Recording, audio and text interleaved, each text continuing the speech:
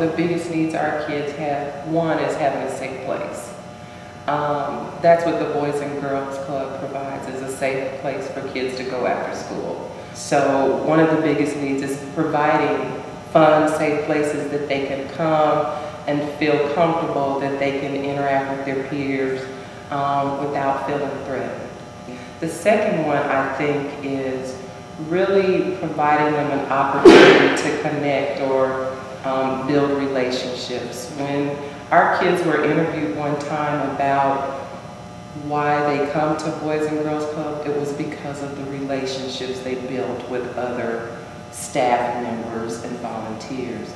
So that is a big need. We need people to come in, meet the child where they're at, not, you know, form opinions or judgments or anything. Just be there to listen and get involved and really try to make a difference in their lives.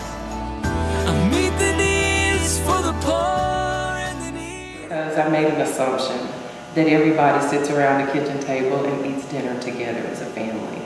And many of our kids have different types of family units and don't get the opportunity to do that. And so I was inspired to create the Food for the Soul program just for those reasons. One, for the kids to sit at the kitchen table. Well, picnic tables and other kind of tables we have, but to sit at the table and have a meal. Lots of our kids, Boys and Girls Club is their last meal of the day. You know, some of them do not, if we don't provide a snack or something, that's it. So we wanted to make sure that they got something of some substance.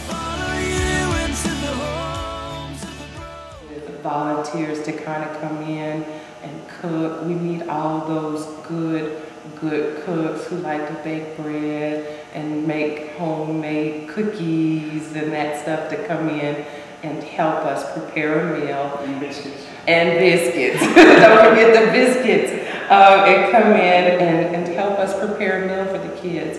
And at the same time, interact with the children and give them that experience of sitting at the kitchen table, having dialogue about life. Our challenge is we have 2 teachers back there, and their class size is about 30, 35. And they are adamant that they check everybody's homework and make sure it's completed.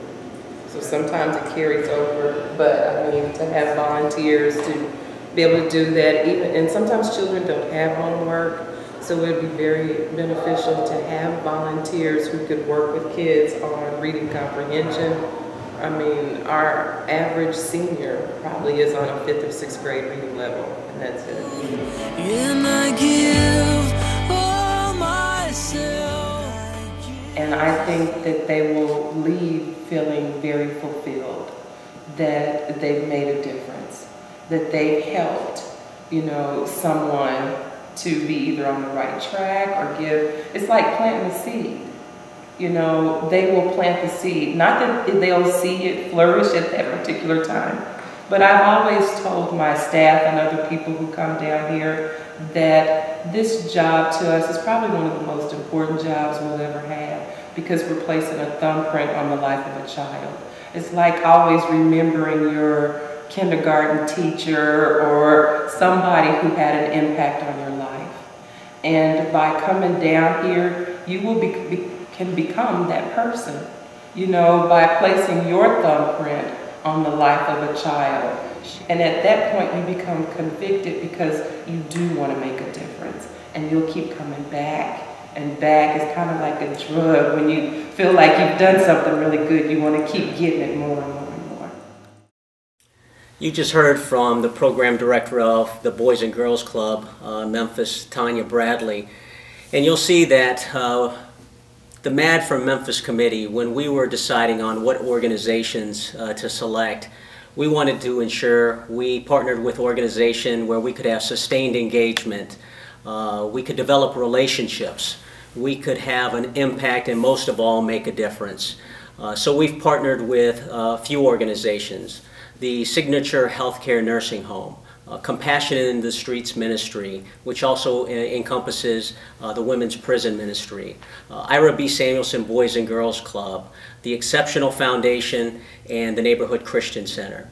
The Boys and Girls Club, I tell you, it is like one-stop shopping. It enables us to help out the youth of America. These kids, nearly 80% of them come from single-parent households. We are looking for you to be the examples. So if you can just read to a child, you enjoy playing sports, you like arts and crafts, they have everything that's available for you. Cooking. So we just hope you hop on board the Great Army and make a difference for Memphis. Meet the needs for the poor and the needy.